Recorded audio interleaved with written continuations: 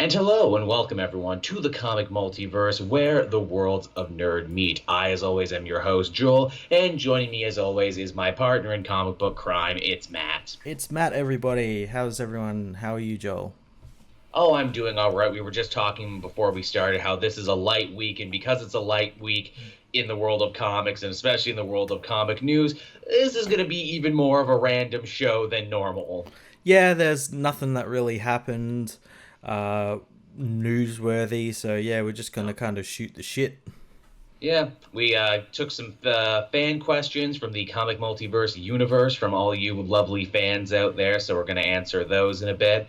Uh, yeah, that's pretty much the type of week it's been. I'm of course planning for my Keystone Comic Con trip, September 14th to the 16th. So if you're in the Pennsylvania area, be sure to come out and say hi. That would be really nice. That'd be cool. What have you been up to, Matt? Not really much. I've been sort of getting stuff ready for a couple of new big video projects I got coming out. Um, Very soon in the next couple of days. Been catching up on reviews, and I've also been getting ready for this coming weekend since we got Spider-Man coming out. Yes, yes. Lucky everyone who gets to play their Spider-Man, except for me, who's planning for a trip, and so I gotta wait. But I'm probably gonna do one of those deals where like I'll trade in 3 games I'm not playing anymore and get it when I get back. Yeah, that's a good deal. I got mine off Amazon, which was like $40 cheaper than anywhere here in Australia. Um, I'm I'm also still planning to pre-order Red Dead Redemption 2 when I get back, like the big collector's edition. yeah, yeah. But yeah, I'm looking excited. I'm probably going to be streaming some of that the day it comes out, like that night. So hopefully, and I have also got to somehow watch Iron Fist season 2 That's right, Iron Fist is coming out this month. Holy shit. on Friday as well. Wow, I hope it's good. I really do. Looks I, good. of course, yeah, I mean, it does. We got Typhoid Mary in there. It looks like we're going to see more with Davros. I hope we see as big a jump in this as we saw in the jump for Luke Cage. Yeah, hopefully. I hope Iron Fist doesn't continue to be, oh, you mean the bad one of the Netflix universe. Well, new showrunners, everything. They got rid of the person who was responsible for that shitty first season. So, yeah, hopefully it'll be good. You mean Scott Buck? They stopped the Buck who loves to fuck? They passed on the buck. Oh, they passed the Buck, so maybe the Buck won't fuck the stuff you like. We can only hope. Man, sometimes I say this shit and it's all in fun and it's all in jest, but I would really, really love to know what I say makes it to the ears of the person who I'm saying it about. In over 100 episodes, it hasn't bit me in the ass yet. Everyone's probably like, it's just some shitty podcast on YouTube. Who gives a shit? Well, what is he? Another paunchy white guy with a chin beard? Fucking thought so. Yeah, yeah. They're a dime a dozen. It's the currency of the internet. I will trade you that for 5 opinionated paunchy white guys with a beard. How big's his beard? Just a chin beard. Ah. Although I must admit, not to toot my own horn, I'm a lot less paunchy than I was. I weighed myself just recently. I went from like 280 just a month ago to like 264. I know. I've seen you've been doing was it keto? I actually started that today as well. I saw that via your Instagram. You made a very tasty looking egg dish there. How was it? I did. It was really nice, and I'm still so full from it. That's the thing about it, because when you eat more protein throughout the day, you stay fuller and it Yeah. suppresses your appetite. And it's crazy too. I think I lost 5 pounds just in like the first 2 weeks because I wasn't eating sugar anymore. Yeah, yeah, it's great, and I found a really cool app as well on my phone that Ooh, like it has like all the like keto friendly recipes and stuff. But what's really cool nice. is it like puts it into like you select the meals and it'll put it into like a weekly planner for you, Oh, for like cool. lunch, dinner, snacks, and everything, and then it'll generate a shopping list for you. So Oh, you're I like, you like need that. to I buy haven't. all these items, and then it'll give you like a random cost for it and everything. That's good. That's really smart. I've just been eating broccoli and asparagus with every meal. which I like, and it's easy to cook. Just steam it up, just lather it with Yeah. some butter and salt, and then by the time you're done, that's why I like the keto diet and why I was able to do it, because it's like, hey, you can have all the steak and butter you want. In fact, eat them together. And I'm like, cool, I Yeah. can do that. Yeah, and if you really want to go crazy, wrap everything in bacon. That too. Any diet that says, you know what, wrapping stuff in bacon is not only fine but encouraged. Oh, I do miss French fries though, and I miss pasta, and I do miss some of the other stuff, but I don't miss it as bad now. I've been doing it for almost 2 months now. Ooh, although I am going away though, and oh, I'll be tempted in a city that is known for cheesecake and cheese steaks. So, I'll tell you how that goes. Well, that's the cool thing. Some of these recipes that like are like make your own cheesecake and like Yeah. replace instead of having pasta, replace it with like zucchini pasta and stuff. Yeah, I haven't done that yet. I know what is it like for all my stuff because I make a lot of curry these days because it's cheap and easy and filling. They say instead of using rice, like shred a cauliflower and have Yeah, like cauliflower rice, and I'm yeah. like, okay, if you say so. It tastes pretty good. It smells though. Mm, does it ever? All Yeah. all the good vegetables smell, I've noticed. The one thing that's really saved my ass is Zevia. I don't know if you've ever seen me drinking that stuff. Tastes exactly like soda, but it's not sugar and it's not the fake sugar like aspartame. It's stevia, which is Okay. perfectly keto, something Yeah. you can drink, and it comes in every flavor of like every other soda. Oh, that's cool. We don't I don't think we get that here in Australia. I haven't seen it, but like there Mhm. are like alternatives to that as well. Yeah, I think you can order it. Although, man, as I've noticed, ordering drinks is just terrible. They really bend you over on the price when Yeah. ordering stuff because apparently liquid weight is like the worst kind of weight. Mm. I also like the Good Fats brand protein bar. That's what I'm on. I'd rather Nice. enjoy eating my protein powder in a bar than drinking it. I don't know. Protein shakes always taste disgusting to A me. bar form. You got to get those ones that Homer ate with the apples. Oh, That were just like ex Chinese newspapers and apple cores. an apple course. Oh, Don Xiaoping died. Yes, that's what I need. I need a bar machine so I can concentrate the power of steak and Yeah, broccoli. into one bar, and then make sure you call the hospital. Hospital, please. And then I'll climb a mountain to show everyone how good I've done. Actually, hey, no shit. I don't know if the guy remembered or not. In fact, in some cases they don't. But the fact that I had lost some weight and that I am on camera a bunch, I was sure to go to all the different keto snack companies and be like, "Look, man, I have a show. You have a product. I will eat your product on my show and lose weight. I can be like your Jared, only with less, touching kids." Less rapey. Just less rapey, and I think genuinely less creepy. I think we can all admit, even before Jared Fogle was revealed to be a sicko freak, he was still pretty creepy. But yeah, so that's what my week has been looking like. There's a local Comic Con actually coming very, very close to my area. The Lindsay Comic Con in Ontario. And when I say Comic Con, I could not say those with bigger finger quotes in the air. It's a couple stalls set up at the mall, but still it's very close to my general area, so I'm probably going to be there on the 7th and the 8th. So if you're around there too, I'll probably stumble in at some point because I need tube socks. So there you go. Actually, I need a good backpack too for traveling. I want to travel light on this trip is my thing. I always overpack. I'm a terrible traveler and I always overpack. I'm like the opposite. Like if I know I'm gonna go somewhere like overseas, not overseas, like interstate or something by plane, I like always pack light because they like ream you on like oh you're Mm, half a kilo overweight. mm, You have to yep. pay the full $75 odd dollars or something. Ugh, it's ridiculous. I Yeah. was booking with Air Canada too, and freaking Air Canada is the goddamn worst because they're like, okay, so you're booking with us, pick your seat now. That'll be $12, and Yeah, return we got that'll that also here. be $12. Yeah. And I'm like, but if I book it on the day or book it anywhere else, I don't have to give you an extra $24. No, but we would just really like it if you gave us an extra $24 right now. Yeah.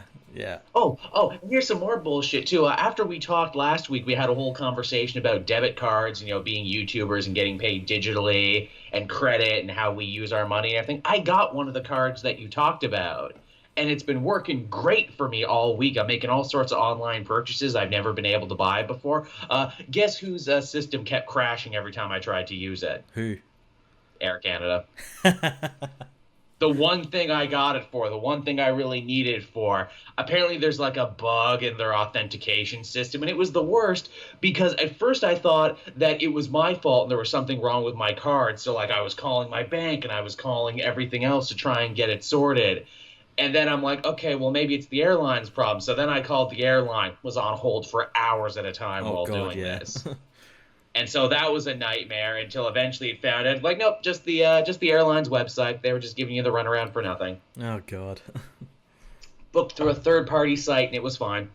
I tell Yep, ya, goddamn that was airlines. all. Goddamn Should friggin'. start It's like our own airlines, Multiverse Airlines. love it. I fucking love it. Let's get to work on this right now. How much leg room are we gonna give? Are we gonna treat people like people and not It'll sardines? be like that movie Soul Plane. Oh, nerd plane is what it's going to be. And we're going to have celebrities, D-list celebrities, who will be on every flight to entertain you and tell you jungle stories. Tom Arnold will be on every flight. Tom Arnold will be on every flight. Hey, you know I used to do drugs? Yeah, we know, Tom. You've told us a lot. I was married to Roseanne there for a little bit. Yeah, I yeah. got the Apparently it Trump was P horrible. tape, but I can't show you it.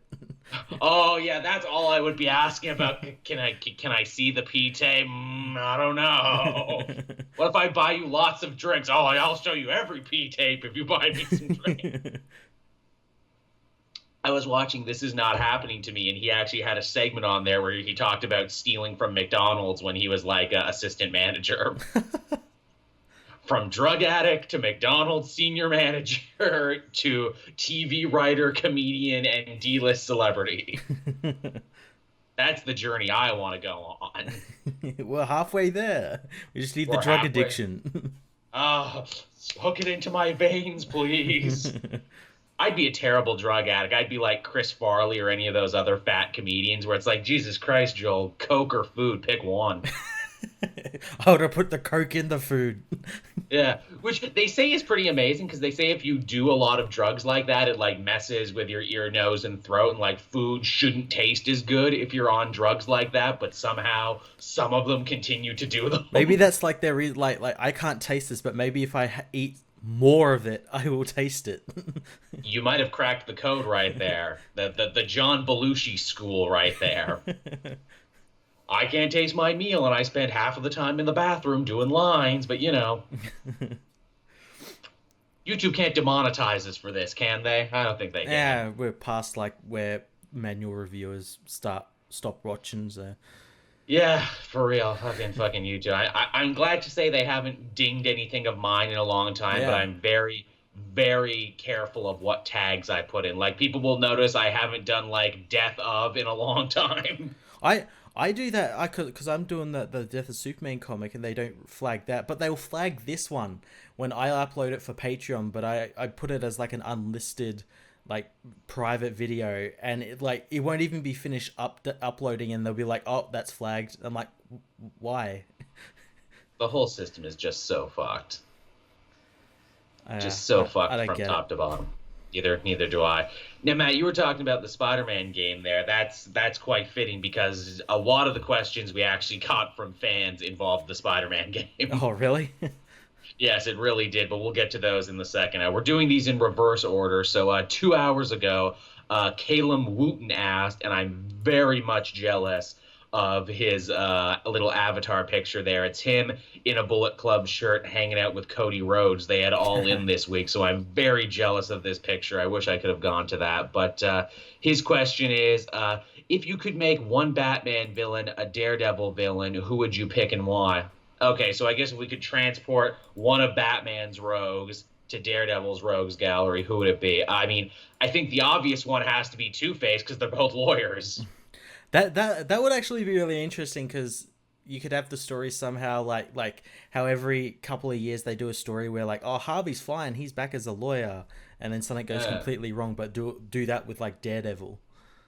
you could tell some really interesting stories about justice and the justice system and how, Daredevil himself is kind of a two-faced lawyer as well because he uses his power sometimes to win cases when he shouldn't. Yeah, yeah, And I imagine that might piss Two-Face off to know that. yeah.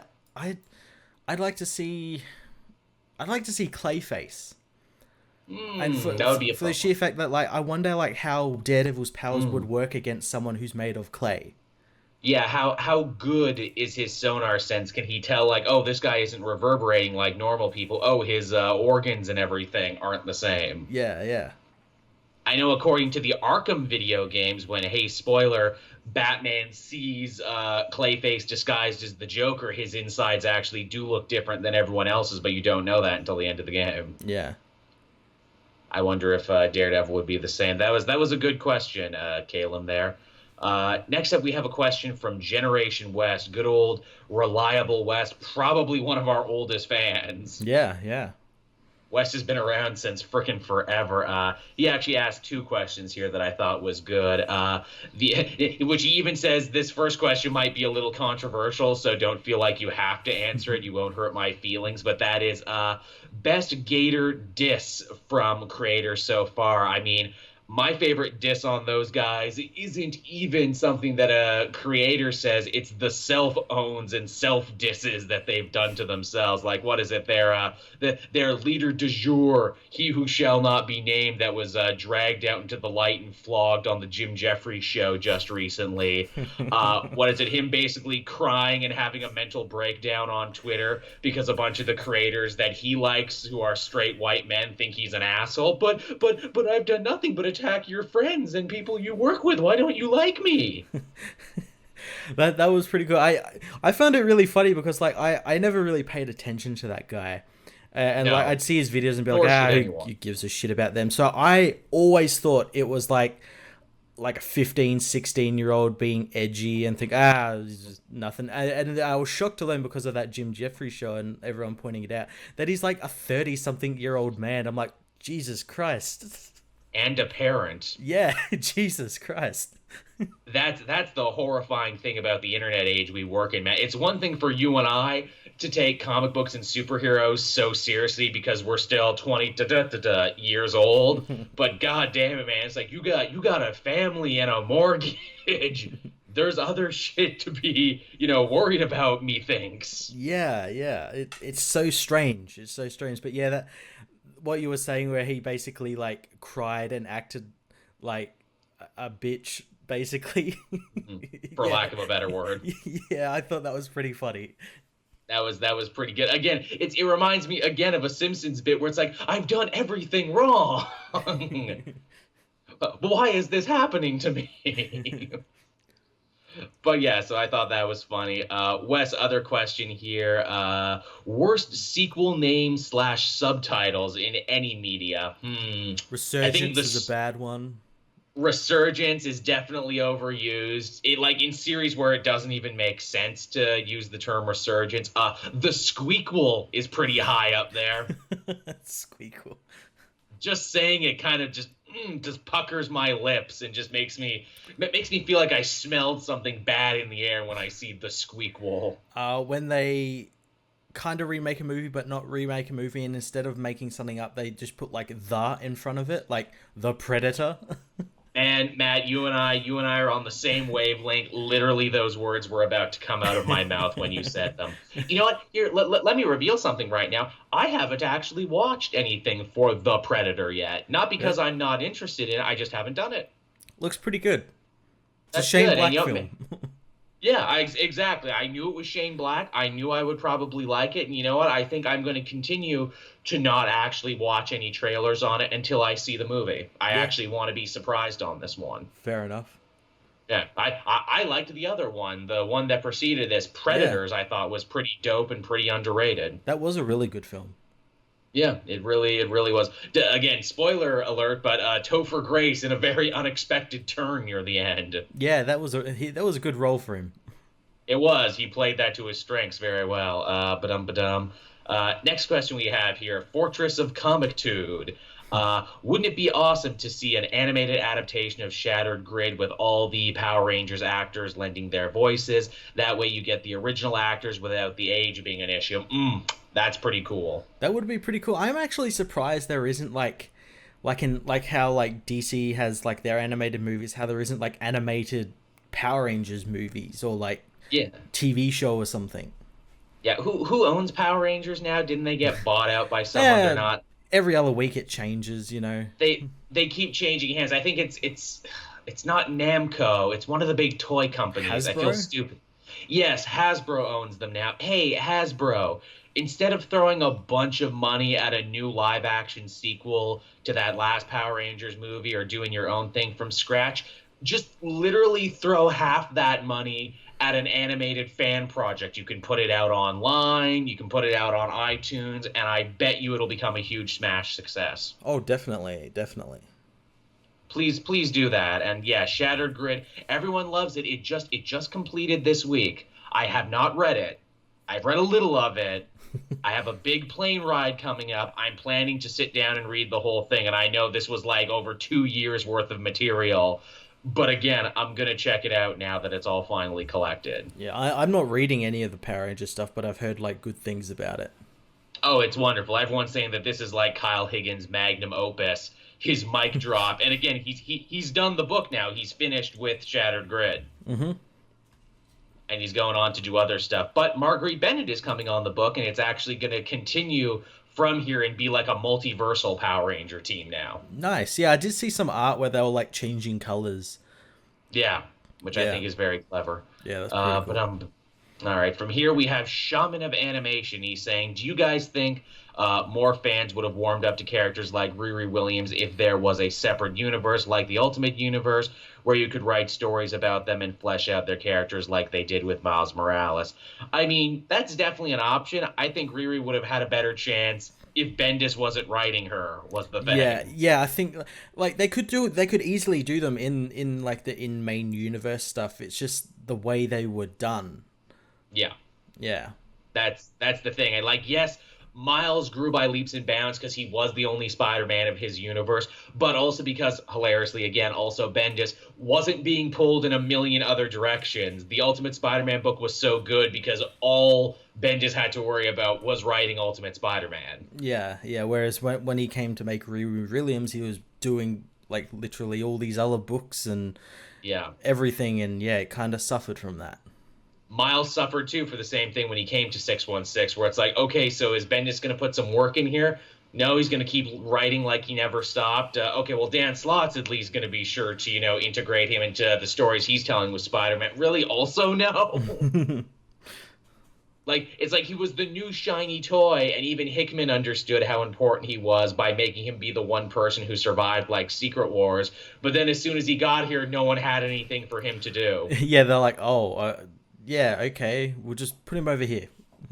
He's like the sports celebrity who blew everyone away in the minor leagues or like the Japanese leagues or everything. But by the time they brought him over to like the American leagues and everything and like the big leagues, no one had anything to do for him. And he got like buried under everyone else with bigger salaries. Yeah. It's a shame, too. I wish someone would really buckle down and work with Miles. But in fact, I hate to say it, I think Miles is suffering more now than ever because of Bendis, and that there's a lot of bad blood between him and Marvel. Yeah, it's a shame.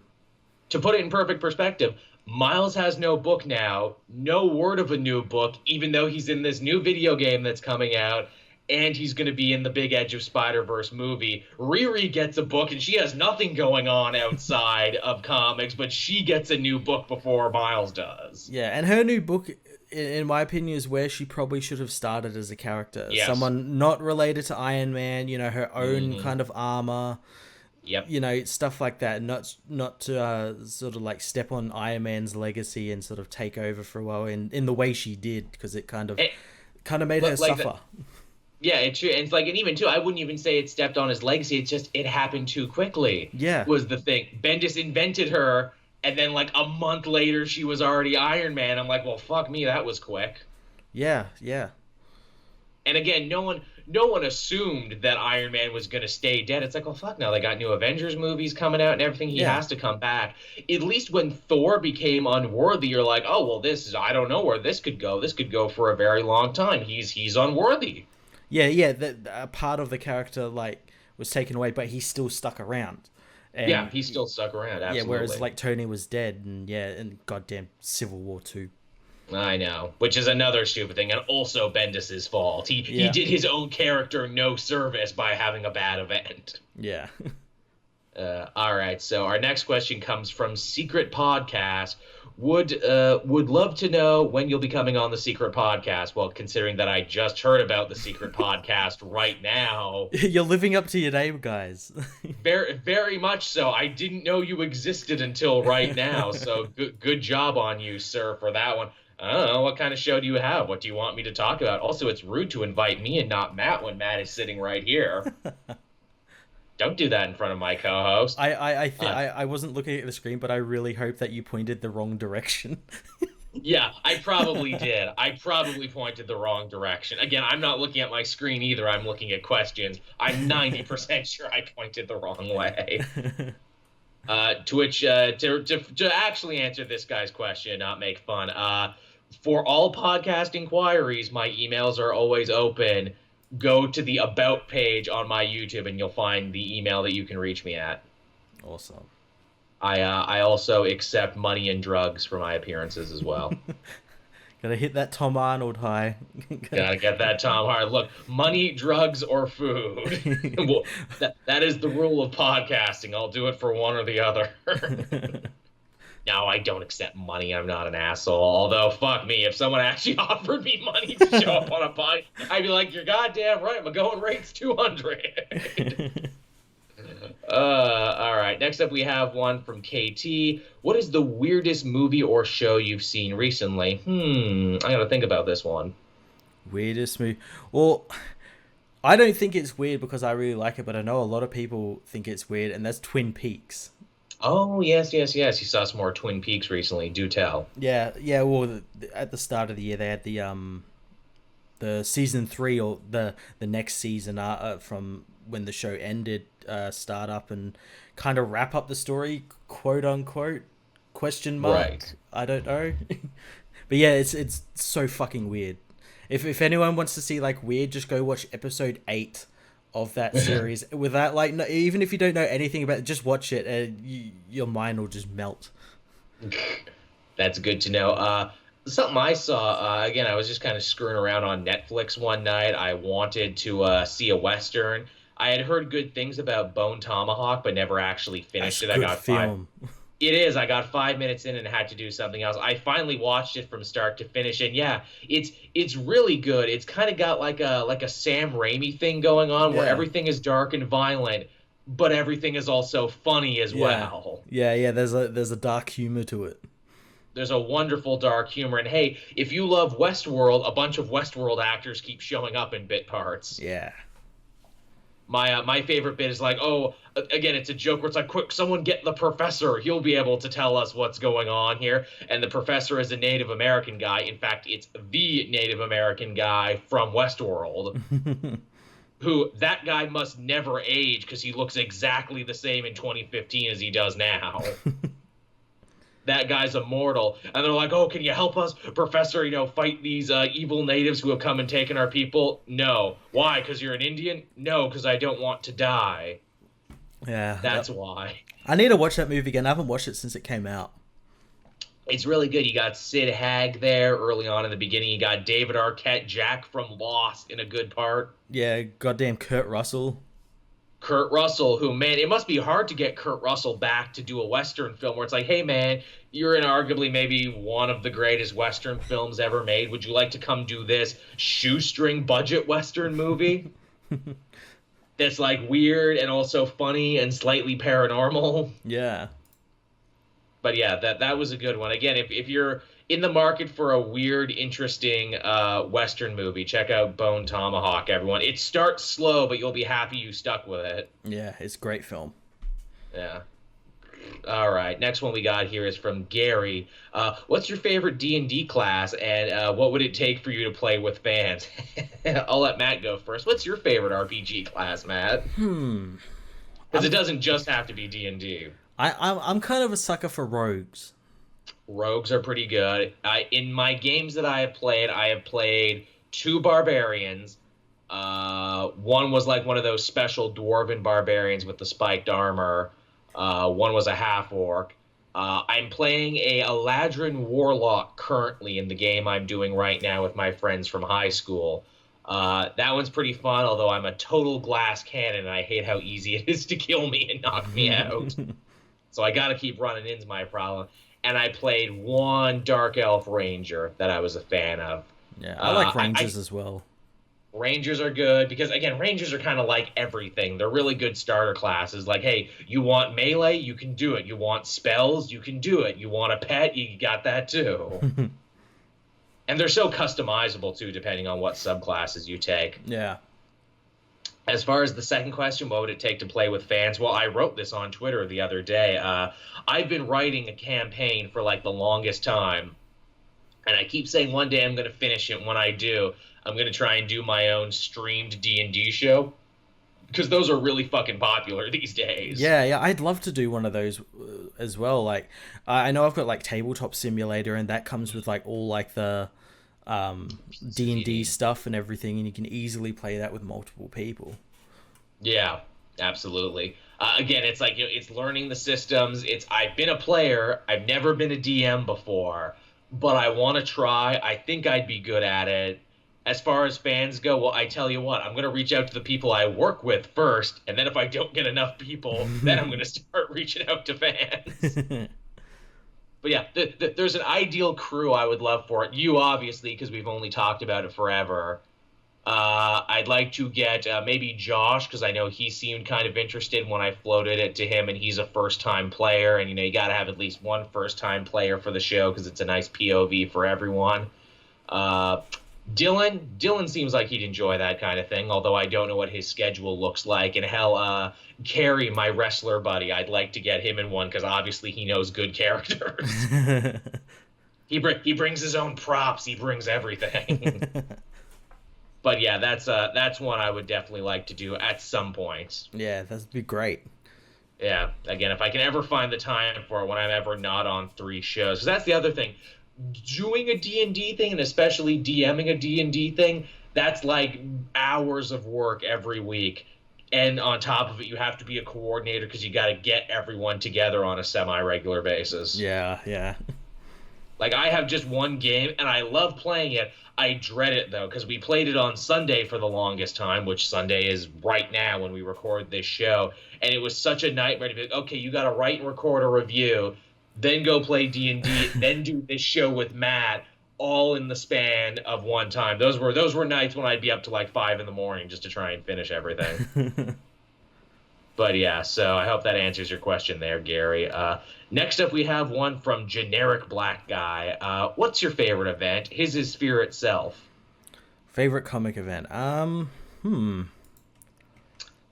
I've read Blackest so many. I think Blackest Night might be one of the best. I don't know if it's my favorite, but it's definitely one of those ones where it's like, wow, every tie-in you did was really good. Yeah, Blackest Night was really good. Brightest Day was really good as well. That was a fun one. People don't remember that one as much because we basically ran right into the New 52 after that. Yeah, yeah. Secret Wars, the newest one, was pretty good. Again, most of the tie-ins were really strong. Yeah, Final Crisis, I really enjoyed. Yeah, there's another one there. There's so many you could name, and I'm going to feel dumb if I forget any. Yeah, there's just too many to name. There's like a billion X-Men events that are all pretty good, and a lot of bad ones too. They probably have the biggest good to bad ratio. Next up, we have one here from Joshua. If Marvel and Disney ever did a crossover, who would you like to see team up? I'm genuinely shocked they haven't done this yet. It'll happen in like a video game or something. I don't know. Right. Spider-Man and Aladdin, I think, would really get along because he's a very parkour-centric street rat, and Spider-Man can stick to walls. Yeah. Goddamn Incredibles. Like with like the event with like the Fantastic Four. That's just obvious. Yeah. Why have they not done that? That's just so man, dude. If friggin' Marvel 2-in-1 isn't ending, they should do one where Ben and Johnny go to the Incredibles universe. Or go to a world that's like not Incredibles, but clearly is the Incredibles. But very, very close to the Incredibles, where there's a stretchy woman and big, strong dad and everything. Yeah, that would be a fun one. Oh, I feel like I'm missing some obvious ones here, too. Lilo and Stitch in Guardians of the Galaxy, of course. Oh, that'd be really cool. Again, because you got all these crazy aliens, to which the Guardians are like, just a day at the beach for us, really. I can see it right now, Peter Quill being like, no, Hawaii, I went here once with my family, it's great, we gotta go here. And so the Guardians go to Hawaii, and aliens follow them, and then Stitch helps them fight the aliens. That'd be really good. I'd like to see Doctor Strange and like Monsters Inc. Because it's like a different dimension in like closets and everything, and yeah. Controlled by monsters. That'd be fun. Hey, Doctor Strange and the Sorcerer's Apprentice. It's just Doctor Yeah. Strange and Wizard Hat Mickey fighting off a bunch of brooms. No, it'll be that reboot of the Sorcerer's Apprentice, the live action one with Nicolas Oh. Cage. And Alfred Molina. Yeah, there you go. There's one you could do. Oh, we need something to cross over with Fantasia and Night on Bald Mountain. Ba-dum. What can we have? Thor. There you go. Thor fighting Chernobog from Night on Bald Mountain. That's good, and the music is all awesome and everything. I fully support that one. That'd be great. Ooh, Hulk meets Beauty and the Beast. There you go. The Beast and Hulk have a lot in common. That'd be pretty cool. Hulk won't find love, him not Beast. And the Beast, who apparently the prince has a name, he's just kind of like, yeah, man, I get you. People still call me the Beast because it's easier. No one knows what my real name is. Ooh, Kraven the Hunter meets the Jungle Book. Yeah, ooh, that'd be really cool. It's just him hunting all the animals, and the animals being like, what the fuck do we do? This guy won't stop hunting us. Yeah. But you play the fact that like it's like they're in like a kiddie quote unquote universe, so it's like there's like ultra violence with Craven just like skinning the bear and everything. It's like, oh my god, what the hell? And it's like, who's gonna save us? And then like you have like, I don't know, like White Tiger or someone come to save them because like she was on vacation in Africa at the time. Yeah. Or wherever the Jungle Book takes place. I want to say it's Africa, but I could be wrong. Yeah, or India or something. Oh yeah, I guess it would be India. Are there any Indian superheroes? Well, there's Pieter Parkar, the Indian Spider-Man from Spider-Verse, so he could come and help. There was what team was it? There was someone in Uncanny Inhumans. Right. Yes, I remember that one. Yeah. There you go. We can have a whole league of East Asian superheroes to come and help Mowgli and everyone else from Kraven who's trying to hunt them. Man, I think we made way better pitches than people were expecting. Like, Jesus Christ, those are actually pretty good pitches.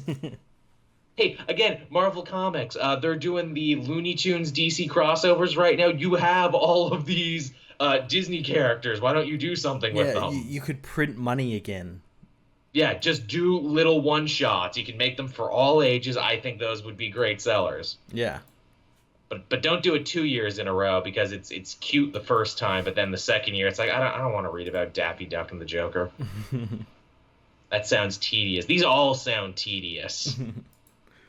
I'm not interested in these, and they might be great. I don't know. I got the Luthor one and I got the Joker one, and they're collecting dust on my desk right now. I'm like, well, I could do those, or I could talk about Rick and Morty and Dungeons and Dragons. Yeah. I did see a panel from the Lex Luthor one, and it was like Daffy Duck like talking mad shit to like Lex Luthor online and like basically trolling him. That's funny. I mean, Daffy Duck was a proto-troll, basically. That was, if you watch all his old cartoons, it's just him being an asshole endlessly to people he meets. Something that the Animaniacs would pick up on, where it's like, let's pick someone who deserves this, and again, basically just troll the shit out of someone who is undeniably evil. Yeah. Here's one we got. Infinite Noel Tate asks, have either of you read any of the 80s, 90s alternative comics? I know Toronto was a hotbed for alternative comics back in the day and still today. Yeah, I've read some underground work. I've read, like, the Air Pirates. I read, like, some Fritz the Cat and stuff like that. It's kind of like indie films. Like, some are good. Some are like, you're kind of up your ass. Yeah, well, that's the thing. Like here in Australia, we get I see them on like Facebook every time. They have like little like underground comic festivals and stuff. But yeah, I've never been to them. I've like seen some of them, and like as you said, some of them are good, but then some of them get like real pretentious and everything. Yeah. What was one I read just recently? Alan Dorkin. I think they reprinted a bunch of his work, like Welcome to Elginville and some other stuff, which it's funny that one actually got a little animated pilot that almost became a TV series, and it's clear that guy was just writing about himself and his group of friends from when he was a teenager. which is fine. I mean, most people do that with their work, and it's funny. I remember seeing the animated short and being like, man, this is really unflattering to nerds. This really paints a really shitty, almost psychopathic picture of the average nerd mindset. This is really bad. But I went back and reread the work today, and the comic is even meaner and even more scathing. And I'm like, no, no, he's right. Actually, after years of working online, I've actually seen these types of nerds. I think Dorkin was ahead of his time and on to something He here. predicted the future. He predicted the future in a fucked up way. There's a joke in his work there, Welcome to Elginville, where they want to go to their local comic book store, and they're joking even back then about how all comic book stores are failing and are going to close soon, and the one that they like to go to is in a bad neighborhood because it's the only place that will accept it. And I'm like, Jesus Christ, he was making these jokes back then. Comic shop owners today would love to go back to that time. Yeah, yeah. So yeah, I thought that was fucking hilarious. All right, what else do we got here? Wolfpack asks, will you ever do a review on video games? Example, Spider-Man 4, The Walking Dead final season. And Matt question, what's the best jumping on point for Superman? I'll let you go first, Matt. Well, first part, yes, I'll probably be doing a review on the Spider-Man video game. I've done video game reviews in the past. I did like Resident Evil 7, Yeah. uh, Horizon Zero Dawn, all that sort of stuff, but they never really gained any traction. No, same for me. I would love to diversify my portfolio and do more content like that, but by and large, when I do try and cover like cartoons and video games and other stuff I like, I hear the deafening response from the majority of my fan base, and that is we don't give a shit. Yes, eh. Make with the comics. Make with the comics, you caped fuck. Who doesn't even wear a cape? Don't think we didn't notice that. If you do want content like that, if you want us to talk about video games, if you want us to talk about stuff like that, a good rule of thumb is listen to the Comic Multiverse, where we talk about stuff like this. Yeah, where we can actually talk about stuff like this and not scare people away. It's true, because it's our show. We can talk about whatever we want. We talk about TV here. We talked about our diets for 5 minutes at the beginning of this, which is a perfect example of us talking about everything. Hey, if you want some video game content, let's give them some right now. Hey, Matt, did you see that Cyberpunk 2077 thing they showed? I did. Goddamn 48 minutes of just amazing footage. CD Projekt Red. Are you trying to win my heart, CD Projekt Red? Are you proposing? Because the answer is yes, CD Projekt Yeah. Red. Goddamn, that game looks so good. It really does. Again, what gets me about this, and I don't think anyone wrote about this, is the stuff you're doing in it is not particularly new. Hey, you can slow down time, you can hack, you can customize your weapons, you can do this, that, and the other thing. Plenty of games have let us do it, but not to this level and not integrated in the way that they're integrating it. They're not Yeah. reinventing the wheel, but they're making a fuck of a wheel. Yeah, they're upgrading the wheel, if anything. Yeah, they're techifying the wheel. I love the idea that cool is actually going to be a stat that you need to Yeah. manage in the game. Yeah, I the stats as well, like in this game, like looks really cool, and I'm already like planning my character. I'm gonna make him like a corporate Same. character. Ooh, nice. See, I was thinking that too. It's like, do I make him like a rock star type guy, or for the first time through, do I make like a really generic, like noir hero, like, ooh, he was a soldier in the war, but he just can't shake the woman he loves. That I like. Where it's like there's no class. There's no class. You build your own class as you play the game, and you pick your backstory and you pick all of this other stuff. I really like that. That actually feels like I'm playing a role.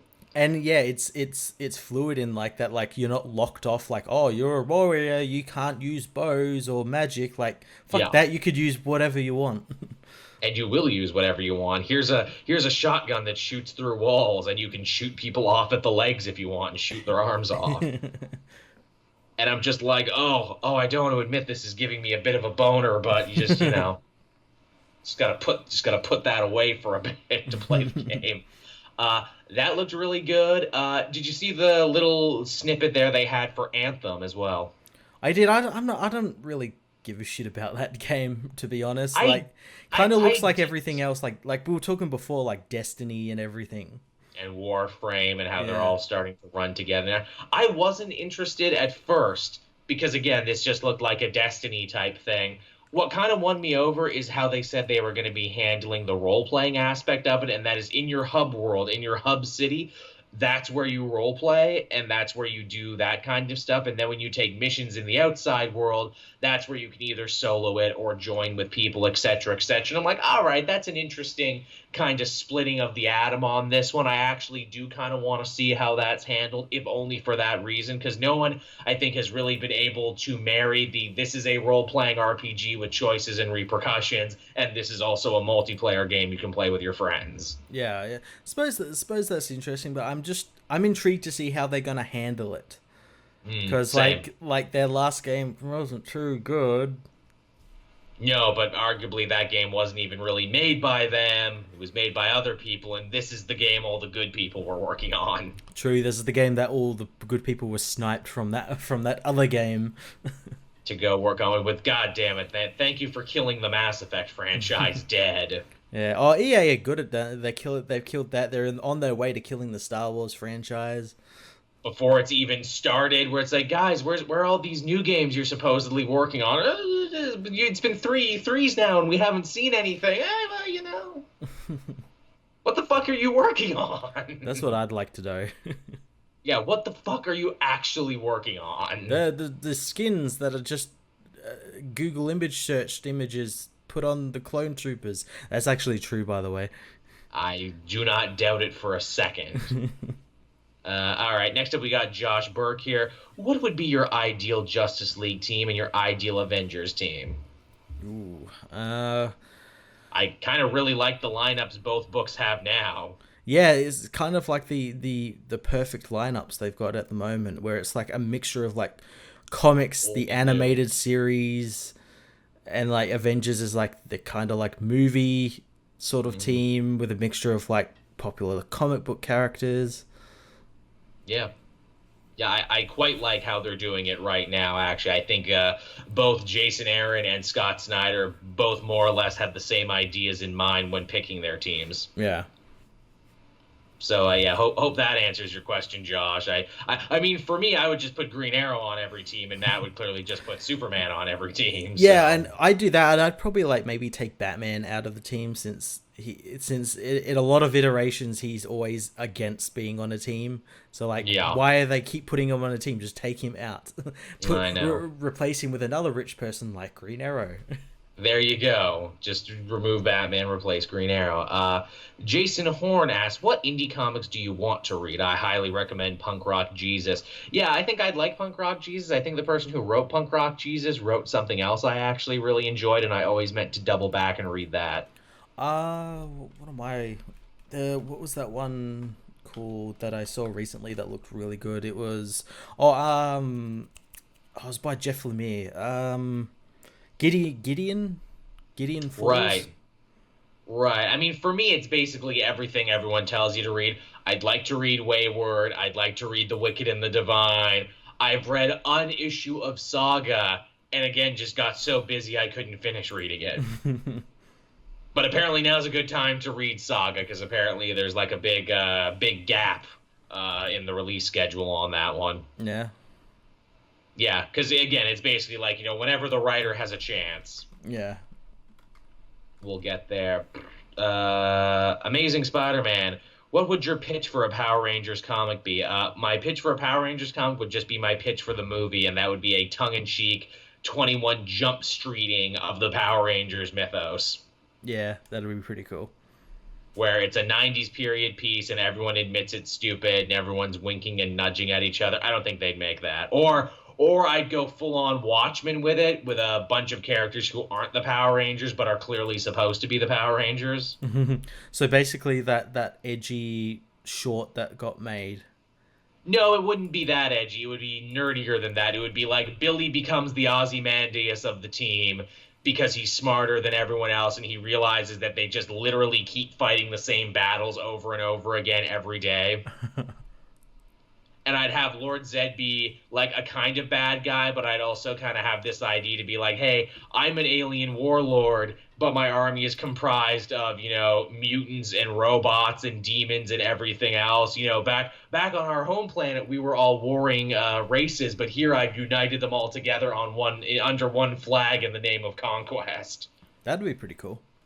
So I'm actually pretty cool, and be like, hey, we actually tried to open up peaceful relationships with Earth and everything, but we came back here in the days of the Pharaoh during ancient Egypt, and guess who beat us here? Zordon, and guess who people were already worshiping? Zordon. Yeah, so Zordon is like the xenophobic, Yeah. it's a bad guy from outer space, so he's a guy from outer space who's obviously bad. Yeah, get him. Well, because Zordon's from space too. He's an alien as well. He was from Ultar, where I would argue that he was banished from Ultar because he was this young upstart kid who was really disrespectful to the elders of Eltar, and that's why he got his ass kicked to Earth as punishment. And that's why he says, "Bring me 5 teenagers with attitude," because I was basically my planet's answer to a teenager with attitude. That's what I would do, and have it be like this whole thing where it's like, oh, Zordon should have died a long time ago, but the only reason he's still alive is because he draws power from the morphing grid, which they do say in the show is maintained by the endless struggle between him and Lord Zed. So, like, Zordon doesn't actually want the Power Rangers to win. He needs them to keep fighting the same battles every day, generation to generation, so he can live. That'd be an interesting thing to for the Power Rangers to find us they want us to just stagnate this war just so he can keep on living. Do we want that to happen, or we can end it and they'll all die and everything will be safe? What do we do? Yeah, exactly. It's like, well, if we give up now, Lord Zed will take over the planet. But, can we trust it in his hands? Maybe will he be an iron-fisted dictator, or will he slowly give up the power? Is this like a Caesar in Rome thing? That's what I would write. In fact, the more I talk about it, the more I think I should write it. Maybe it'll be like an epic, what is it? Like one of those epic fan fictions, Max, name redacted, used to do before we found out he was a scumbag and he had to run away from the internet. But maybe I can't do that because I don't have a famous last name or a famous father. No. Which actually, hey, that's a question someone asked too. Party Pug, who is your daddy and what does he do? From Kindergarten Cop. Well, people actually know my father quite well if they watch my EGLX video, my dual co-op Let's Play of A Way Out. His name is also Joel. I am technically a Joel Jr., and he works in the trades, painting and drywalling, so there you go. That's cool. My dad did engineering. Oh, right on. Yeah, constructional engineering on big dump trucks and stuff like that. Oh, that's cool. What else do we have here? More people telling me to go on the secret podcast, 5 people in a row. You should go on the secret podcast. Secret podcast.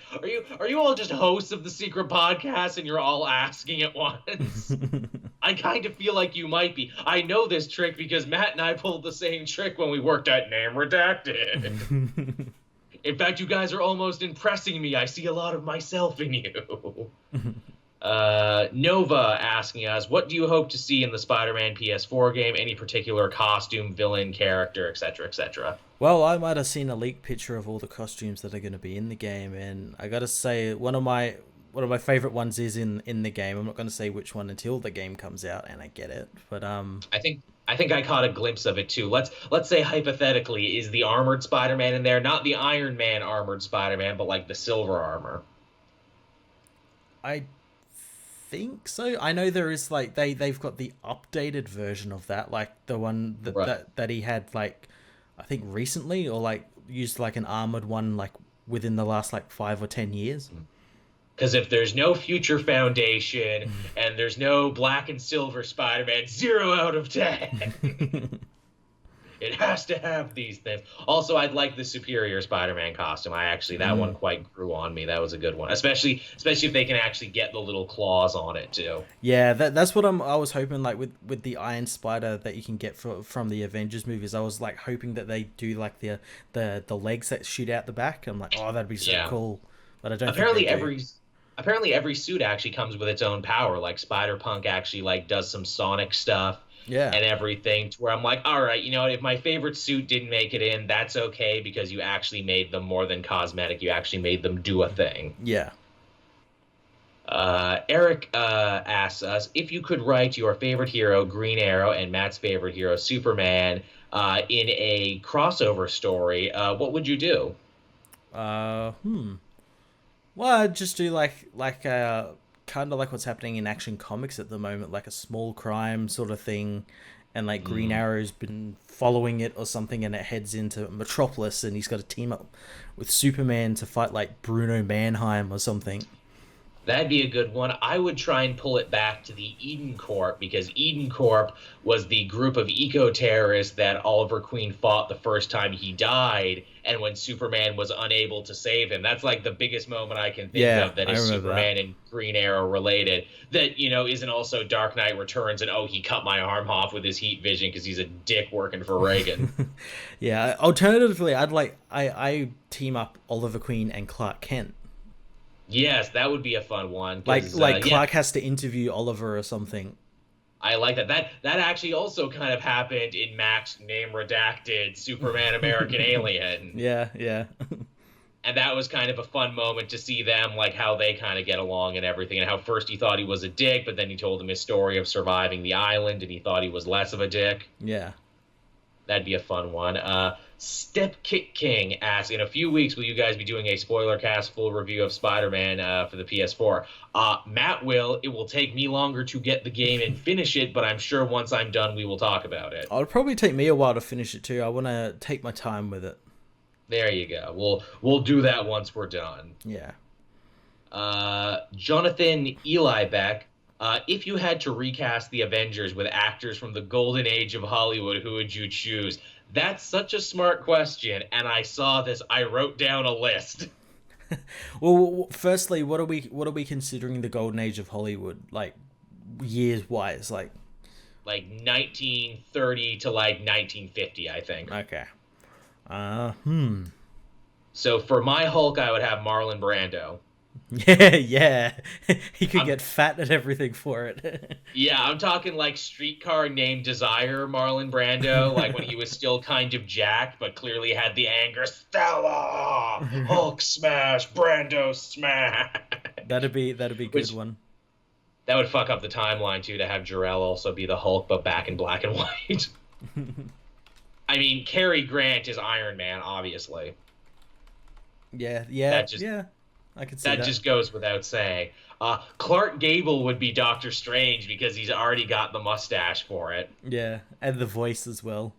And he's got the voice for it too. This was another obvious one. Who should play Black Panther? I guess it has to be Sidney Poitier, huh? Because he's Hmm. the only actor. In that era. Oh, that era was not kind to Black Panther. That movie would have been rough. But man, Sidney Poitier as T'Challa, he would have given a fuck of a monologue in that role, wouldn't he? Have Hell yeah.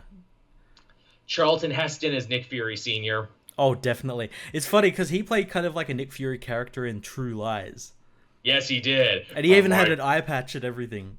He did. From my cold, dead hands, Hydra. He would have been perfect Nick Fury.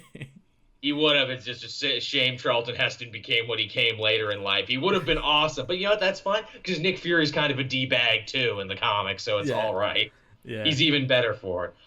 Errol Flynn is Hawkeye. Oh, of course, of course. I Just obvious. The women were a little harder. I would say Ginger Roberts for Black Widow because again she Yeah, had the hair for it. I could see that. Lauren Yeah, Lauren Bacall for Scarlet Witch because again yeah, she had the very haunting witchy eyes, and Jean Harlow for Captain Marvel. yeah. I can see all of them. There you go. So I felt pretty proud of that one. And for those of you who don't know your golden age of Hollywood actors and actresses, I'm sorry I just wasted 5 minutes of your time Yeah, with a but bunch of ninety names. percent of our people would be like, "Who are all these people? I know that one person." They're all dead. That's what they are. They're all ghosts floating around us right now. What else do we have here? That's his screen name. Have you thought about? Oh, this is another one about the secret podcast. Man, these guys were out in force tonight. Who really want Uh, us on there? they're working. I have to respect the work they're putting in on this one. Kyle B, are there any comic shops that you like? Or no, sorry, comic ships, not shops. There's an I, not an O. That you like that no one else has ever thought of slash talked about. Are there any relationships, Matt, that you like in comics that no one else seems to like? Not really. I I'm just mean, trying to I think. guess Yeah. I guess I'm more of a booster of Nightwing and Batgirl than I am like Nightwing and Starfire, but that's just me. Yeah. I prefer them as well. They've got a like probably a slightly longer history and more personal history. But I also get the idea where it's like, hey, it's puppy love. They grow up. It's kind of weird because it's like kind of dating your sister too, because Yeah. that's how Yeah. close they are. Yeah. The whole Bat family is weird and incestuous. They're like an old German monarchy. I always Amazing. like the Batman and Wonder Woman relationship. Did you now? I get it makes more sense than the Batman's or the Superman Wonder Woman Yeah. relationship. That's for sure. Yeah. I definitely push that. DC ain't pushing it at the moment. Oh God, no. No, no, no. Amazing Zero, another longtime fan who's been here since forever and ever. Any chance you'll do a catch-up style review on Higgins' Mighty Morphin Power Rangers Shattered Grid now that it's finally finished? Yes and yes. Once I finally finish reading it, it seems like I have a lot to cover. I Well, should shit. also probably Since take it's notes. finished, I might as well read it as well. We could talk Yeah, let's. about it. There you go. That'll be our book club. We'll come back next week and talk all about it, which, fuck, if the news is as bad as it is, let's fucking do it. We'll record a conversation and I'll put, like, images over it. All right, there we got Maxi Bond. Which Marvel character do you think should get a Netflix series next and why? He's personally pushing Nick Spencer's Superior Foes and Brian K. Vaughan's Run on the Hood. Again, two excellent choices. You could. I personally want to see the Sentry. Oh, that would be good because Sentry's short. Yeah, it's short and it's not. It's like a complicated character. Like I know a lot of people when they see him, they're like, "Oh, he's just like a Superman clone," and it's like it's a bit more complicated than that because this guy's got like an evil entity in his head that can sometimes take Yeah. over, and if it does, it will destroy the entire universe. I like the idea of superheroes dealing with mental illness too. So it's either going to be him to do it first or like Moon Knight to do it first. Yeah, Blue Marvel too, in the same thing because it's a short miniseries. It doesn't need to be 10 episodes. It can be like six, like hour-long episodes, and you can more or less do all of Kevin Garreau's story. there you go. And that would be a fun one. And again, I think he would be good in the universe because they don't have a Mr. Fantastic super science guy. No, they don't. So I think it would be fun that the Netflix universe had a super science guy who could help them. Mm. What else? Yeah, that basically looks like it for all the questions. Thank you, everyone who gave questions to this one. We actually filled up a really good chunk of the show just talking about questions, and we're almost at time. I know Matt and I were saying when we started that we didn't really have a lot of comics. Is there anything in particular you wanted to talk about this week, Matt? There's a few. There's a few. All right, let's do like our top three then. Okay.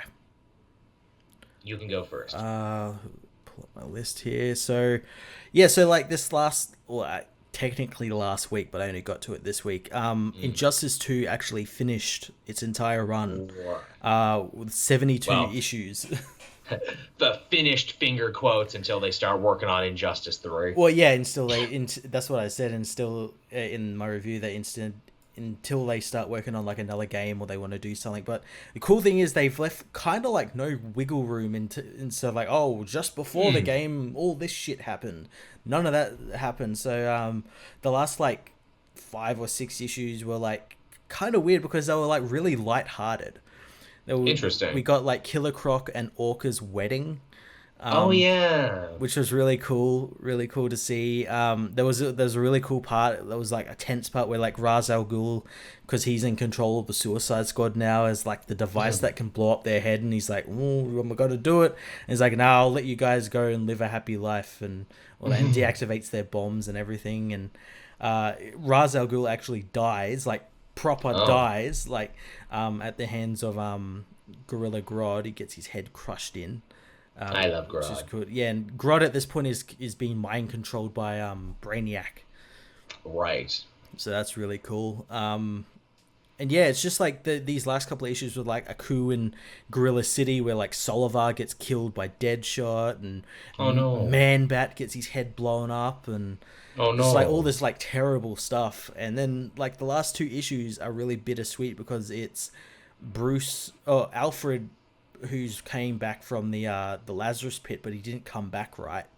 And As they tend to not. he's decided because of that, because he can't help Bruce anymore because of his own problems, he's decided to leave Bruce, and he Mm. packs his bags and leaves. And Which is why we don't hear from Alfred. yeah, we don't know where he's gone or anything. The cool thing is as well, they kept like the continuity of this series where like he's been like having like weekly phone conversations with like Jonathan and Martha Kent and everything, and Aw. he leaves Bruce in their care, Oh. which is really cool.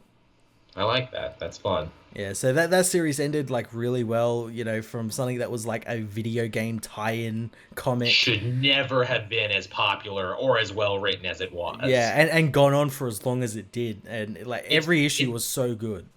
it's the last DC digital comic. The fact that they're not trying to cash in on this and trying to build more into Injustice and around it is friggin' ridiculous. Yeah, yeah. So that's like I think there's like an annual coming out, but it doesn't. It's not going to tie up any of the story. It's like a throwback to like when Superman and Batman were together and everything. So yeah, Right. yeah, really The cool runaway series. the runaway success of Injustice proves everything I've been saying, that a digital comics market is not only manageable and viable, it is the future. Yeah, I'd be interested to see like weekly digital review like numbers compared to like when they collect like the 3 issues in like a Yeah. physical book. I'd be interested to see the numbers on that. Don't you dare ask Diamond Distributor about it, because they'll get all fuck. Or digital comics don't have it. If you don't buy it in a store, it's not real. Why do you have to be so weird about this? Because we're trying to protect ourselves. Is what is we don't want to be irrelevant and go out of business, and we don't want people to know how irrelevant we truly are. Yeah. But yeah, that sounded fun. I had a lot of X-Men stuff this week. I had like Mm. 2 X-Men books and a book that ended up being an X-Men book, and I didn't know it. Okay. I had Extermination #2. Did you read Yep, this? I did. Uh, kind of a bit of a, what's a good word to do it? Look, not actually all that much happened in it, to be fair. Not really, but like I'm happy that like the people like know like, oh, it's Young Cable now. They're not like stringing that along for as long as they No, can. yeah, They like that was found out nice. straight away. That I thought that was pretty cool. It's funny, in the previous issue, I'm like, man, I'm kind of getting sympathetic to young Scott's plight. He lost his son and his girlfriend all in one day. That's got to be really hard on him. But this issue, he goes back to being a whiny little prick and being like, stop trying to help us, older X-Men. So God, he's getting very close to like, oh, well, maybe genocide is the right idea. yeah, exactly. He's becoming much too close to his older self. It's funny. A fan said this in the comment section of my video, and I think they were right on the money. They really are kind of turning Scott into the whipping boy of every sin that the time traveling X-Men have committed, even if it was their fault or not, which is so weird. I think this is more of an in-house Marvel thing, that of all the young time traveling X-Men they wanted to take off, they really wanted it to be Scott so they could keep him around and fix the mistakes they made with older Scott. But no, Jean got more popular, got a solo series. Iceman got more popular, got a solo series. Beast got to be magical and go in a whole new direction. Scott just repeated the same mistakes he always has. Yeah, he was kind of just running in place, and it's like, oh, we ended back up with like a kind of dickhead Scott. Yeah, he had his own mini series where he got to hang out with his dad Crosshair, and it was really good, and he got to know what it was like to have a father. He ran off and joined the Champions for a little bit. Yeah, he was good on that. Which, did they even ever address that in the X-Men book, that he was on both teams? I don't think so. Yeah, because concurrently he was on like Champions and X-Men Blue. Yeah, you would think the X-Men would be like, hey, are you cheating on us with these cool new trendy heroes? No. What, are we not diverse enough for you? No. But yeah, that was weird. I like the Heroes 2 finally put together. Oh, this young Cable thing and this Ahab thing aren't actually related. Yeah, they just happen to be happening at the same time. Kitty hilariously jumps the gun. It's like, well, Ahab has to be behind this. Yeah, it's like, oh, no, not necessarily. Also, I think this series was supposed to have tie-ins, but it ended up not having them because they're Feels like, like oh, it. we need. They're like, oh, we need to split the time traveling X-Men up between four different teams. I'm like, why four different teams? Because there's four main X-Men books. That's why. So we can have four tie-ins. Yeah. Also, I like the idea where it's like, oh no, Old Man Logan might becoming a hound. Remember the last time he had his mind controlled in the mansion and how he killed everybody? Oh no. Yeah. What if they have to kill him this time? It's not going to happen because they've already announced Dead Man Logan. He's already going to have his own What if series. this is the new catalyst for him, his future? This is him killing the mutants. I think that's what they sought to imply in this scenario. That's like, look, all the X-Men got invited to one place, and now Wolverine's going to freak the fuck out. Yeah, I'm interested to find out like when he became a hound. Yeah, exactly. I'm sure that'll have to be like, all right, when the fuck did this happen? Well, hey, if he's not from this time, maybe it did happen at some point in the years he doesn't That's true. remember. That's true. It could have just been something that's always been in him. Yeah, you just didn't know until now, or like after this point, this happened. Yeah. Yeah, that's actually good, clever use of Old Man Logan. Actually, Yeah. he was a hound, you just didn't know it. Your Logan wasn't a hound. This one was. Yeah. All right, what else did you have? We finished up the Hunt for Wolverine We event. did. I had Mystery and Mad Reports was last week, but I read it this week, which is it was all right. It kind of got rid of the Wolverine story in favor of like, oh, Yeah, Psylocke is back in her original body. yeah. Yeah, which is didn't Because need to that's a happen. weird. Because that's a weird editorial marching order from CB Cegluski. Apparently, he really wanted that to happen, Okay, then which whatever. which is too, which is really fucking hilarious from a guy who used to be called Akira Yoshida, who was revealed to be a white guy that he made. It's like, look, if I have to be a white guy, then Psylocke has to be white too. That's my new marching order. Well, we're at it. Chi also has to be white now as well. What? Yeah, no, but we had Dead Ends, which is Yeah, like the which tie off for all of these books. I did enjoy it, but man, do you really only need to read the first part of Hunt for Wolverine in this? Yeah, that's the thing. Like those tie-ins, you didn't None need of to it read. mattered. Like you could probably read like the first issue of each of the tie-ins, understand like okay these teams are doing this, and then come straight into this, and you probably wouldn't miss anything. 80% of Dead Ends is literally just the characters comparing notes with each other over what they found in their series. Yeah, basically saying we found this, and this. Now you don't need to read these tie-ins. That's literally what it was. Even it's like, well, how can Sabretooth and the bad guys be in this meeting? Oh, Sabretooth just called Kitty before the comic started. Yeah. He phoned it in. He literally phoned it in.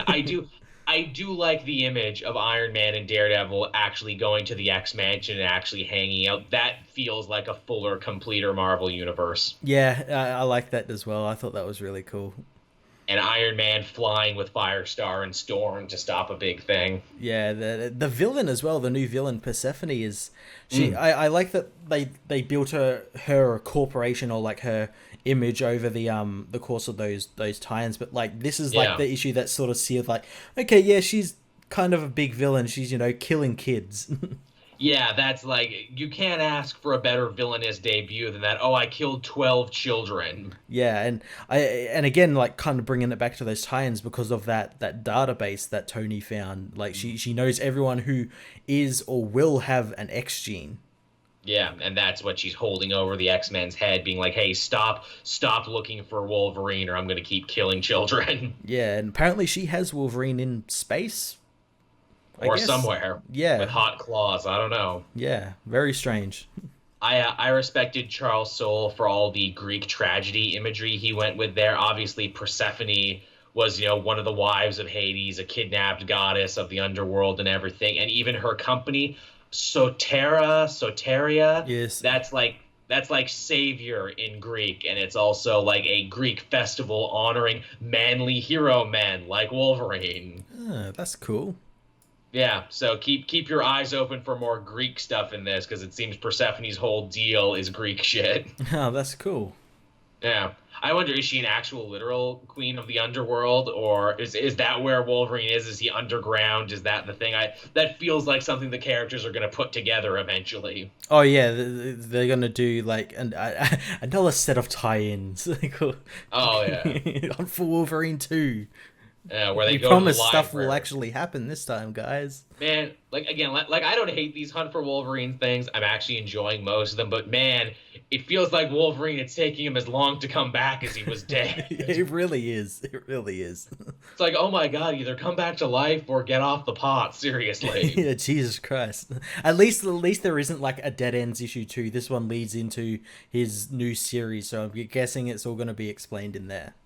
I can only assume so. And it's Charles Soule, and I like Charles Soule, and he Yeah. does a good job. Yeah. Yeah. Actually, it's funny. The third book I read this week actually ended up being a Wolverine story too. Oh, really? I read Web of Venom Venom issue number 1. It's secretly a Wolverine book. Oh, Jesus. Do you want me to tell you why, Matt? Go ahead.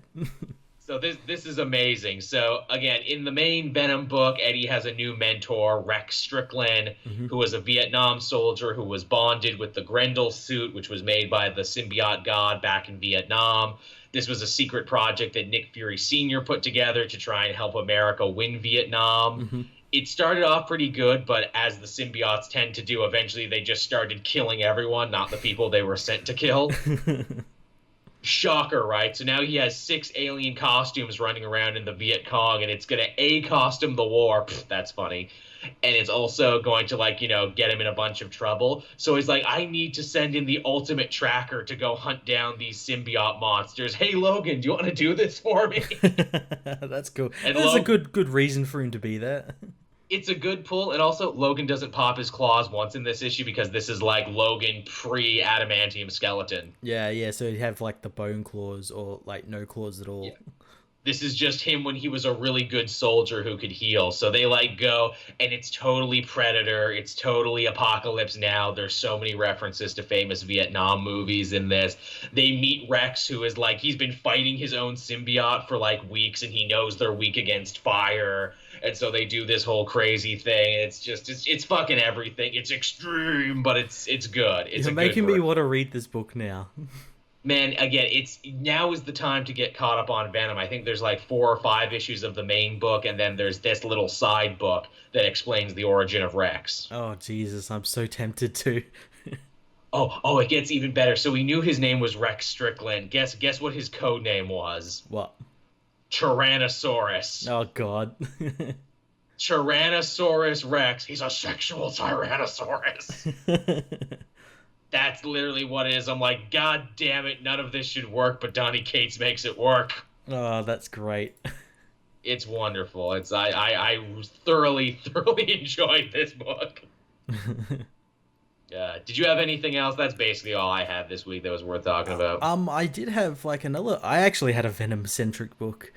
Was it Spider-Geddon 2? It was Spider-Geddon 2. I read this one as well. In fact, I think we both put our videos up around the same time again, as we do. Again, like Spider-Geddon, this was such an awesome issue. It's like basically I can't remember what Earth number it is, some random number, but it's basically what if Evangelion was Spider-Man. Yeah, what if it was a pastiche of giant monster movies and anime tropes? Yeah, with the female Spider-Woman Penny Parker piloting Which is a good name. her not Ava. Yeah, the spy number der. Yeah, which I thought was really cool. And then we get introduced to Addie Brock. Yeah. Yes, Addie Brock, her best friend, eternal rival, her Sasuke, her Griffith, her Vegeta. Yeah, who pilots the Venom suit, the new Venom suit that Ben Parker has been working on, but has apparently sorted out the bugs, but not really. Yes, because unlike the spider suit that's powered by good old-fashioned American elbow grease, the Venom suit is powered by mysterious and evil sim energy. Yeah, and that sim energy ends up going insane when they fight Morbius, the kaiju vampire. Yep. That's what we're dealing with here, people. And it was such like an Evangelion thing where the suit Oh like god, yeah. assimilates Eddie and then assimilates May Parker. Yeah, which was unexpected. Where it's like, oh, they're flipping the script here. Now it's Aunt May who dies to teach Penny Parker the importance of power and responsibility. Yeah, that also like brings back like okay, so like because near the end of the comic when Penny rips open the Venom suit, there's no one in it. Like they've obviously been assimilated into it. Like, does Yeah. that mean now that like the suit can sometimes be good when like May takes over and like makes it good? If Spider-Met gets its own miniseries, they will answer this and further questions. I wanted to get this universe, and even like the first issue with the Punk Spider-Man, with they're like nice little tastes of these universe, and it makes me think that like while they are obviously tying into this Spider-Geddon, they're like, oh, testing the waters. Do you want like These which universes do you want? these are all backdoor pilots. Yeah, Spider-Gwen was the breakout of the original Spider-Verse. It's funny that they handled these tie-ins much differently in Spider-Verse. It's you got a couple short stories. You got like 3 in 1 of different heroes. I like from that they're like, okay, these are the ones they liked. Let's give them whole stories to themselves. And at the end of this event, from the ones they like, we'll run with them and do more Spider-Verse content. yeah. Whereas like here, it's like we'll do one whole story, and then last panel we'll tie it into Spider-Geddon. You know which one I really hope gets one? Because I don't think we know actually what all of these are going to be yet. I really hope Lady May Parker, the Spider Lady, who's a steampunk Victorian era Spider Woman, I hope she gets a mini. That'd be really cool. Hers was amazing because the design work on that book was so freaking great because she had like a steampunk corset and dress and like a bunch of spider arms that came out of her, and Oh, that's awesome. all of her villains were steampunk too. So like what is it? Green Goblin had like a plague doctor mask, and like Craven the Hunter was there, but he was like Lord Craven Hunter, and he had like those like safari hats, and he was like a turn of the century English gentleman with a blunderbuss. Oh man, that's so cool. Again, it was maybe only like a 5-page story, and I'm like, I'm fucking loving every bit of this. Please, please make more of this one, please. Anything where Joel can get his steampunk rocks off. Yeah, but yeah, this book was really cool. I really liked it, and I've loved like all the little like tastes we've been getting of these universes so far. I liked the punk one more because I like punk music more than I like giant robot anime. But hey, if you really like robot anime the way Matt does, you're gonna love the shit out of this one. Yeah, it was great. What is the next one? Vamp for a minute, Matt, and let me actually see what Edge of Spider-Geddon 3 is. Have they been announced? I don't know if they have. I know these two were announced. I knew Punk and Mech were first. I don't know if they announced what the third one is going to be yet, or if they're purposely trying to keep them mystery so you have to pick them up. Yeah. Apparently it has like well, at least the cover has been announced. What's on the cover? It's Peter Parker. It's Spider Hero. Spider Hero. Oh, is that the anime one? Is that the one with the giant robot? No, this one apparently is like Uncle Ben gets shot, and then Peter gives him a blood donation, and it turns Ben into Spider Hero. Right. Okay. This is kind of like their. This is new. This is brand new. Spider Hero wasn't in Spider-Verse. This is the first truly brand new one, and this is written by Jason Latour. Jason Aaron's writing partner. Yeah, I think this one is supposed to be like really like noir Batman and Robin, but with Spider-Man. Awesome. The fourth one looks really cool because it's Norman Osborn as Spider-Man, but a very different Spider-Man. That's also a brand new one as well. We haven't seen that one yet. Ooh, interesting. So they're doing two ones that have been seen and two that haven't been seen. Right, okay. Yeah, and he's like an actual. Oh yeah, he's a Spider-Man, but he's an actual monster with like 8 arms and everything. Yeah. And this is Aaron Cooter both drawing and writing. Oh, yes. I like Aaron Cooter. Yeah, the writer artist is kind of a dying art form, but yeah, I actually quite like the design of this Spider Hero thing too. I like it. It looks like a revenge movie. It looks like something out of the 80s. Yeah. They kind of got like a Big Daddy Hit Girl thing going on. Yeah. All right, so there you go. So we're excited for the next two. Everyone, I didn't think I would even cover issue 1, but now I'm totally into these. Yeah, they're so good. Christ, here's hoping the actual Spider-Geddon event when we get to it is actually good. Oh, I hope so. Yeah. All right. So is that everything we got, Matt, for this week? I I think think so. so. Yeah. I talk about the Rick and Morty comic, but just watch my video. Hey, do you like Rick and Morty references? Do you like Dungeons and Dragons references? You'll like this. Because that's literally all it is. Yeah. Yeah. It is the nichest of niche, but it's my favorite niche. All right, then, everyone. So we'll start winding down the show for this week. We're almost at an hour 30 as we were supposed to be. Thank you, everyone, for watching. Thank you, everyone who put questions in. That really helped fill the show. Matt and I always appreciate it. If you are a patron, you'll get to listen to the show first before anyone else over on the Patreon page. You can do so for as little as $1. Yep. Everyone else gets it Wednesday at 8 in video form, and then the audio gets put up on iTunes and SoundCloud on Thursday when I remember. When you remember. When I remember. I remember it at some point on Thursday, but not always. So, yeah, anything else, Matt, you want to talk about? Anything you want to direct people to their attention? Well, hopefully this weekend I'll be streaming some Spider-Man, maybe talking a bit about Iron Fist. Within Nice. hopefully the next day or so, maybe 2 days, my new video series, The History of Resident Evil, will be beginning. Ooh. I've already teased it a little bit on Twitter, but I'm very excited to get show you guys what I've been working on with that. Sounds good. Sounds like a plan. Again, if you are in the Lindsay, Ontario area on the 7th of this month, come by either the Friday or the Saturday. I'll be walking around at some point. You can probably see me there. Don't expect anything amazing, but I'll be there if you're in the Ontario area. I know at least 2 or 3 fans are in the Ontario area. If you want to make the trip up to Farm Country, you can check me out there. And if you're in the Philadelphia area on the 14th to the 16th, I will also be there. And if you bring me American snack foods and everything, that will also be highly appreciated. Those good American cereals that we can't get here. Yeah, you gotta smuggle them across the border. Oh, and those American fast food brands that we can't get.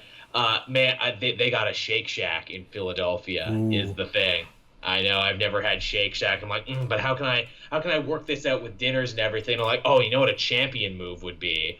I get one of those like order apps where it's like it's like Uber but for food. I get one of those the night before, keep it in like the microwave or something, and then have Shake Shack for breakfast before I leave. And film myself, of course, doing the whole thing. Oh yeah, cold fast food for breakfast because I am a winner. And you got to do it. You got to be like sitting in like a car, eating it like all those food reviews do for some There reason. you go. There you go. Hey, I am amazed at their ability to balance their cameras. They must have little tiny tripods. Must. I have a little tiny tripod. I will need to bring my little tiny tripod. So yes, thank you everyone for watching and listening. We hope you had as much fun as Matt and I did recording this one, and we will see you again next week. See ya. Bye-bye, everyone.